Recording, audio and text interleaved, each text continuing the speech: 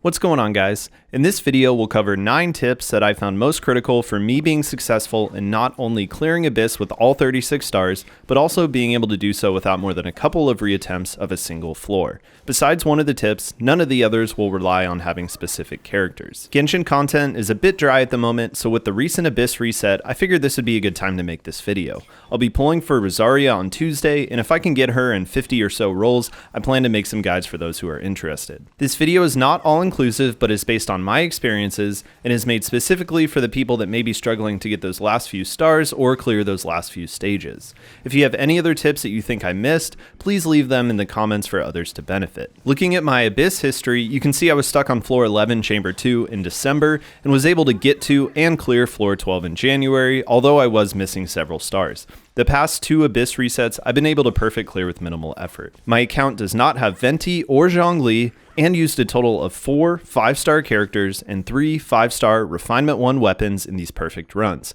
I'm sharing these things just so others can understand my struggles, as well as the current status of my account. Let's get right into it. Number 1 is understanding the cleanse mechanic. Cleanses are extremely useful due to the presence of the 4 leyline disorders currently in the game. In the current Abyss, there's 1 leyline disorder in floor 11 that can be cleansed or removed by certain characters, which is Engulfing Storm. Engulfing Storm continuously drains your energy, and burst uptime is very critical to fast Abyss clears, as well as successfully clearing floor 11 stage 2. Besides Engulfing Storm, we do have 3 other leyline disorders currently in the game. Smoldering Flames, which causes pyro damage over time, Condensed Ice, which increases stamina consumption, and Slowing Water, which increases skill cooldown. 1 or more of these will likely always be present in Abyss, so having characters that can effectively counter these is extremely useful. These debuffs are removed by characters that can apply an elemental status to themselves, and therefore remove the debuff with a reaction. The characters we currently have that can cleanse are Xinyan, Barbara, Xingqiu, Diona, Jean, and Bennett. Xingqiu can only cleanse himself, and in general, Barbara and Xingqiu are poor at this because they can cause you to freeze. Being Anemo, Jean is the only character that can remove all 4 debuffs, but the other 3 characters can remove an element that differs from their own. Depending on the character, cleanse is performed with either their skill or burst, and does require you to swap characters to remove the debuff from your other party members. The next point I want to stress is the importance of maintaining burst uptime. Not only is the current Abyss mostly a DPS check, a lot of the ults have utility outside of the raw damage output that they can provide. My goal going into floor 11-2 with both of my teams is to have all of my bursts ready to use when I enter the floor. Because floor 11-1 is fairly easy and really only requires the correct team comp to clear in the time requirement, I'm primarily managing characters' energy through this floor. Despite if elemental skills are providing much damage or utility, you can see that I'm constantly cycling through my characters and only using their burst approximately 1 time at the beginning of the floor. Because floor 11 currently has the Engulfing Storm leyline discussed, your energy will be continuously drained even if properly managed with cleanses. Although I find this to be useful in all Abyss floors, I typically only plan for this on the most challenging floors where the previous floor is relatively simple for me to clear. This is ever changing and will vary for everyone, but I find that floor 11-1 is the most critical time to charge ults in the current Abyss. The third and probably most important component of Abyss is putting together team comps that effectively deal with all the enemies in the 3 stages. The only enemies in Abyss that are currently immune to a particular element when not shielded are slimes.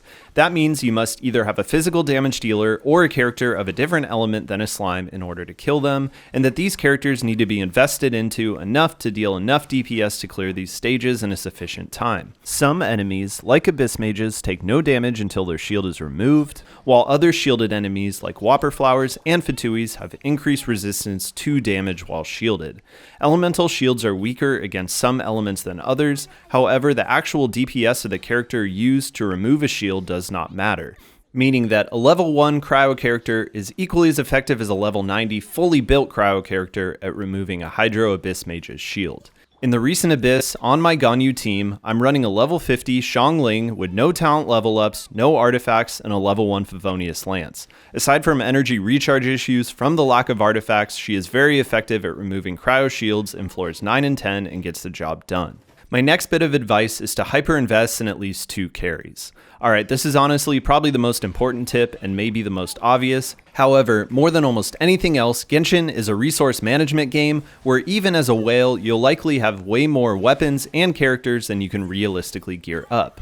I like playing different characters, building new characters, and testing and making guides, but until I hyper invested in some units, I struggled in Abyss. Floor 12 is 100% a DPS check with 3 minutes to clear each stage and enemies that have extremely high HP. There are a lot of viable carries in the game to get this done that are both 4 stars and 5 stars. I would suggest getting these couple of characters to at least level 80 ascended with a level 90 weapon, plus 20 artifacts with good substats, and a minimum of level 8 on the talents that allow them to do the most damage. Ganyu and Hu Tao were the first 2 characters I really invested everything into for an extended duration, with over 6 weeks of resin spent, and it really paid off.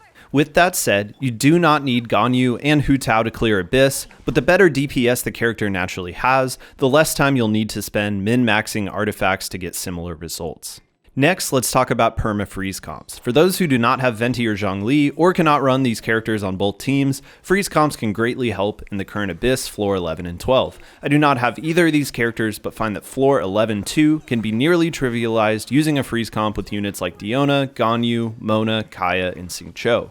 Freezing enemies will not only prevent them from damaging the monolith, but will also allow you to buy time to deal with the other enemies on the map, and is a great form of crowd control. While it is not as effective as Sucrose's or Venti's burst, as it does not have grouping capabilities, in floor 11-2 it will allow you to prevent the enemies that can do the most damage to the monolith from being able to do any. In floor 12, chamber 1, the Geo Vishaps can not only do a ton of damage in seconds, but also tend to quickly move around the floor, making it harder to clear the stage as quickly as possible.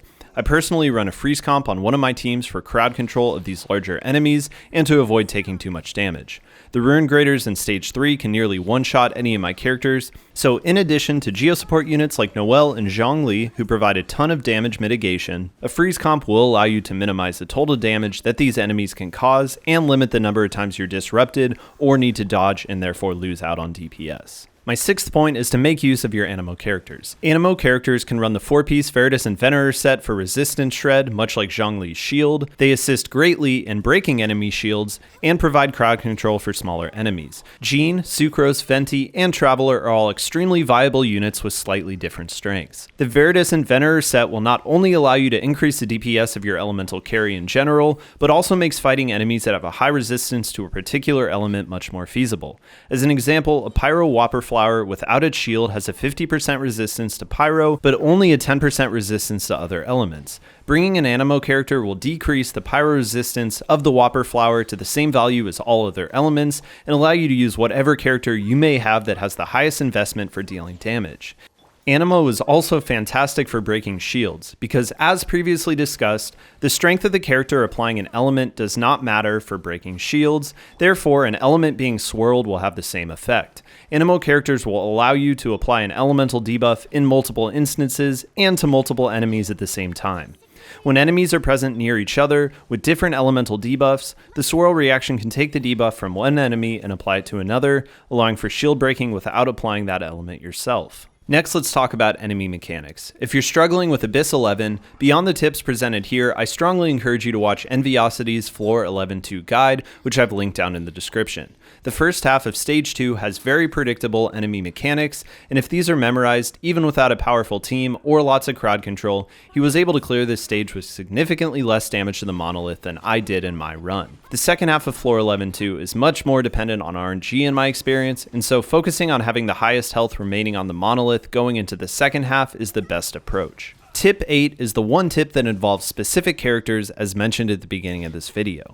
Jean is extremely useful in the current Abyss for her ability to group, stun, and stagger enemies. With her charged attacks, she can suspend small enemies in the air and knock large enemies to the floor. Additionally, her elemental skill groups enemies by sucking them in, and if they're launched upward after taking fall damage, they're temporarily stunned. This can be spammed to prevent enemies like Pyro Fatui agents or Sisson mages from teleporting and allow you to get off significantly more DPS. Klee also has the ability with her charge attack to knock large enemies over, similar to Jean. Hopefully we'll see more mechanics like this with characters in the future.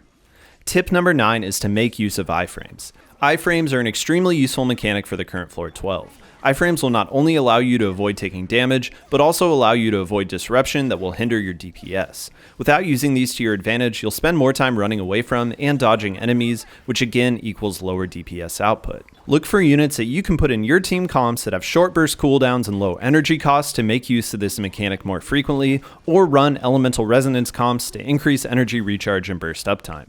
As a final point, I just want to state that if you do not have a huge roster of characters kitted out and are struggling more in a specific stage of a floor than another, 3-star as many stages on the floor as you can, and then go back and rearrange your teams to be more optimal for any stages you struggled on. Stars are never lost, and this has allowed me to perfect clear floors that I would not have otherwise been able to. That's all I got for you guys today. If you guys found this video helpful, please consider subscribing down below. I put out Genshin Impact guides just like this one every single week. I'll see you guys for the next video.